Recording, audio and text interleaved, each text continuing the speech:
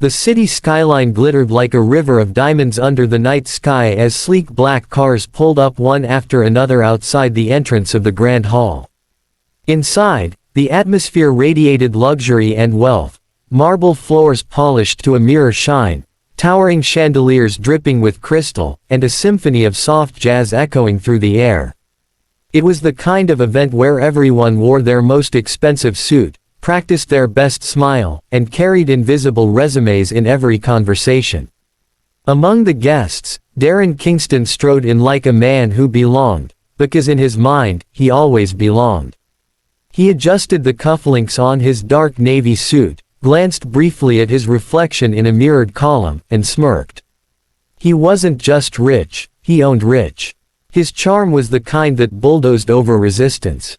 He was used to women wanting him, men admiring him, and every door opening before he even knocked. Flanked by his usual circle of yes-men and wannabes, he scanned the room, sipping his scotch. There were CEOs from rival companies, influencers from all over the country, and politicians whose smiles could fool mirrors. Darren loved these parties, not because of the company, but because they were battlegrounds of silent flexes. Every tailored suit, every whispered deal, every laugh just loud enough to be overheard, it was all a game he played effortlessly. But tonight, something unfamiliar tugged at his attention. He spotted her across the room, near the edge of the dance floor. A woman in a flowing black gown, minimalist but elegant, stood with a calm confidence. Her skin glowed under the golden lights, and the gentle updo of her hair exposed her neck like a sculpture's best work. But it wasn't her beauty that made Darren pause, it was the familiarity. And then he saw the little boy beside her. The child looked about 7 or 8. Brown skin, eyes that wandered curiously around the grand hall, lips slightly parted in awe. He wore a crisp button-up shirt with a little bow tie, his small hand held tightly in the woman's. Darren's brow furrowed, confusion momentarily replacing his smug expression. Then it clicked. He let out a laugh, short, sharp, condescending. "No way. No way," he said, nudging his friend Travis with his elbow. "Look over there, right by the corner near the bar. That's Chanel." Travis looked and raised an eyebrow. "The one you dated back in the day. From college or something." "Yup," Darren said, his voice drenched in arrogance. "Miss, I don't need anyone, herself. Thought she could change the world with her homemade soaps and coconut oils. Looks like life humbled her." "And the kid?" Travis asked, watching the boy intently.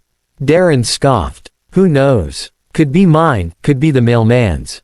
She said she was pregnant when we split. But I wasn't gonna let a fling destroy my momentum. Told her to handle her life, and I handled mine." Travis whistled low. "You think she snuck in here? She probably bribed a waiter or something. This is a private event, man. Look around, everyone here owns something.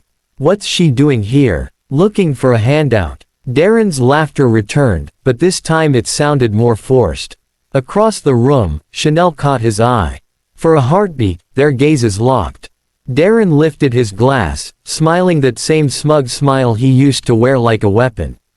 He expected her to flinch, to look away, to shrink like she once did when she was unsure of herself and unsure of the world. But she didn't. She tilted her head slightly, offered a serene, almost amused smile, and turned back to speak to someone in a gray suit with a name tag that said, Executive Director. Darren blinked. That was unexpected. Still, he swaggered across the room, Travis trailing behind, wearing the kind of smirk reserved for people who believe the past makes them superior to the present. As he approached, he threw his arms wide in mock surprise. Well, if it isn't Chanel," he said, loud enough to draw a few glances. "Didn't expect to see you here. How's the soap business?" Chanel turned slowly, resting a protective hand on her son's shoulder. Her expression was unreadable, calm, poised, as if she had anticipated this moment long before it happened. "Hello, Darren," she said, her voice like cool steel. "Still walking into rooms like you own them." He chuckled. "When you've worked hard enough, you do." But you, this isn't exactly your crowd, is it? What are you doing here? Chanel looked down at Micah, her son, who stared up at Darren with wide, curious eyes. I'm here for the same reason everyone else is, she replied, brushing a strand of hair from her face. To celebrate something important. Darren looked around dramatically. You celebrate your kid's birthday at a place like this now. Chanel didn't react. Do you always talk this much before understanding the room you're in? Travis leaned in, chuckling under his breath. Maybe she won a raffle or something. Darren grinned. You know, I've always admired your confidence, Chanel. Even back when you were broke and stubborn and always talking about building an empire from bath bombs. She looked him dead in the eye. And I've always admired your delusions. His smile faltered for a second. Look, no disrespect. It's good to see you, doing okay. Doing okay, she repeated softly. Her son tugged her hand, and she knelt down to whisper something in his ear. He nodded and trotted toward the refreshment table, where a kind server handed him a glass of sparkling apple juice. Chanel stood back up, eyes still on Darren. Funny thing about life, Darren. The people you dismiss on your way up are often the same people you see again, only this time, they're not where you left them. He snorted. You always loved your little quotes. I did. And I lived them, too. Just then, a well-dressed man with a headset approached them. Ms. Chanel, we're ready for you. The microphone is set up. If you'd like to make your way to the podium, we'll cue your video after your remarks. Darren turned sharply. Wait, Ms. Chanel. The man smiled. Yes, the founder of Chanel Naturals. Tonight's host. Darren's brain scrambled to catch up. Wait, this is your event. Chanel stepped around him, walking with the grace of someone who had carried her dreams across deserts of doubt and storms of shame. I thought you read invitations, Darren. Didn't your assistant tell you whose name was on the top of the list? He stared after her, stunned into silence. The DJ lowered the music, and an MC took the microphone to introduce the keynote speaker. Ladies and gentlemen, tonight we celebrate 10 years of excellence. From humble beginnings to a national brand that has transformed lives, please welcome the woman of the hour, the founder and CEO of Chanel Naturals, Ms. Chanel Rivers. The crowd erupted in applause as Chanel ascended the stage. Darren's ears rang, not from the noise, but from the truth settling like iron in his chest. He had laughed. He had pointed. He had looked down at her like she was a mistake from his past. But now, everyone was looking up at her. As she took the microphone, her son returned to the front row, smiling up at her like she was the queen of the world. And in that moment, she was. The applause still echoed in the marble hall as Chanel stood at the podium, her face calm and glowing under the soft spotlight. The room had shifted, no longer just a gathering of elites but now a space hanging on the words of a woman once dismissed, once walked over, now impossible to ignore. Her son sat in the front row, legs dangling off the chair, a tiny proud smile lighting up his face.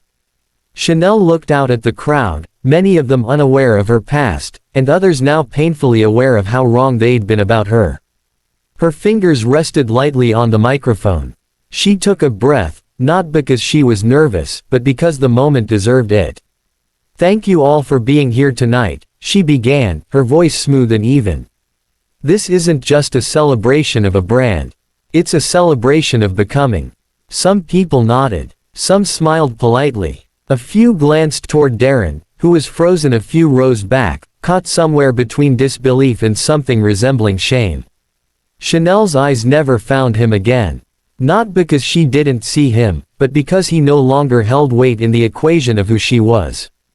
When I started Chanel Naturals, I didn't even know it would be called that, she said, a light laugh slipping through. All I had was an apartment too small for both me and my dreams, a few jars of coconut oil, and a newborn who didn't sleep through the night. Soft chuckles rippled across the crowd. There were days I'd cry on the floor of my kitchen because I'd messed up a batch and couldn't afford to replace the ingredients. There were nights I rocked my baby to sleep with one arm while labeling products with the other. Darren's throat tightened. He hadn't even known if she kept the baby. He hadn't asked. He'd been too wrapped up in ambition, too obsessed with the next deal, too afraid that fatherhood would clip the wings he thought were finally taking flight. Chanel's voice continued, weaving through the room like a hymn. I sold my first products out of the trunk of my car in a church parking lot. I got laughed at, ignored, told I was wasting my time. I heard a lot of no's. Not because I didn't have something to offer, but because I didn't look like someone who belonged in boardrooms or business magazines. People murmured in agreement. A few women nodded deeply. One man clapped softly. I remember walking into a bank for a small business loan, she said. The loan officer told me, and I quote, "We're not in the business of dreams." He didn't even look at my business plan. There were no chuckles this time. Just silence. But here we are. 10 years later. Dozens of employees. Products in over 30 states. Partnerships with national chains. And a dream that's still growing. She paused and looked down at Micah, who waved with both hands. Her eyes softened. And my son, she said, her voice trembling slightly, has grown up watching every step. He doesn't know the full story yet. But one day, he'll know that his mother never gave up. Not when she was broke. Not when she was alone. Not when people said she'd never make it. A wave of applause swept through the room again. This time, stronger. More heartfelt. Darren's heart pounded in his chest, not just from embarrassment, but from something deeper. Guilt. Regret. A feeling he hadn't allowed himself to feel in years. After Chanel stepped off the stage, the MC cued a video montage, photos of her journey from her tiny apartment to farmers markets, then online orders, warehouse expansions, and finally the gleaming headquarters now employing dozens of people. Interviews with customers who swore her products had changed their lives. Employees who spoke of how she inspired them. Mika's kindergarten teacher saying he was one of the kindest, most imaginative kids she'd ever met. It was no longer just a brand story. It was a human story. Darren stepped out of the crowd, drink in hand, his ego now chipped and uneven. He walked slowly toward the corner where the refreshments were being served. He wasn't thirsty, he just needed somewhere to think. Somewhere the walls didn't feel like they were whispering about him. Travis followed close behind, quieter than usual. Dude, he finally said, clearing his throat. You didn't know she was her. Darren didn't answer. He just stared into his untouched glass. She's, like, a big deal, man. This isn't just some skincare hustle. That speech, that wasn't for social media. That was real. That was earned. Darren turned, eyes still locked on the podium where she had stood just minutes earlier. I didn't know, he said. I didn't know she kept the baby. I didn't know she built all this. I didn't know any of it. But she did, Travis said gently. With or without you. Darren left his drink on the table and slowly walked toward the hallway behind the main room. He didn't know exactly what he was doing, only that he needed to say something. Even if she didn't want to hear it. He found her near a side corridor, chatting with a few event staff members. She noticed him, her face unreadable. The staff walked away, and she waited, arms folded. He cleared his throat. Can we talk? Chanel raised an eyebrow. Now you want to talk. I deserve that, he said quickly. I didn't know you were the one behind all this. You didn't want to know, she said. Big difference. I was young, scared, selfish. I thought I had to run after money, success, that a kid would derail everything. And you thought I wouldn't make it without you, she said, her tone sharper now. That I'd crumble. I was wrong. She nodded slowly. Yes, you were. He glanced down the hall, where Micah now stood talking with a kind-faced older man. Is he mine? Chanel didn't blink. Biologically, yes. But you left before you could be anything more than that. I raised him. I fed him, taught him, stayed up with him when he had nightmares, explained why he didn't have a dad like the other kids. Darren winced. I didn't know how to be that. I never had a dad myself. And yet, I figured it out, she said. Without excuses. Silence.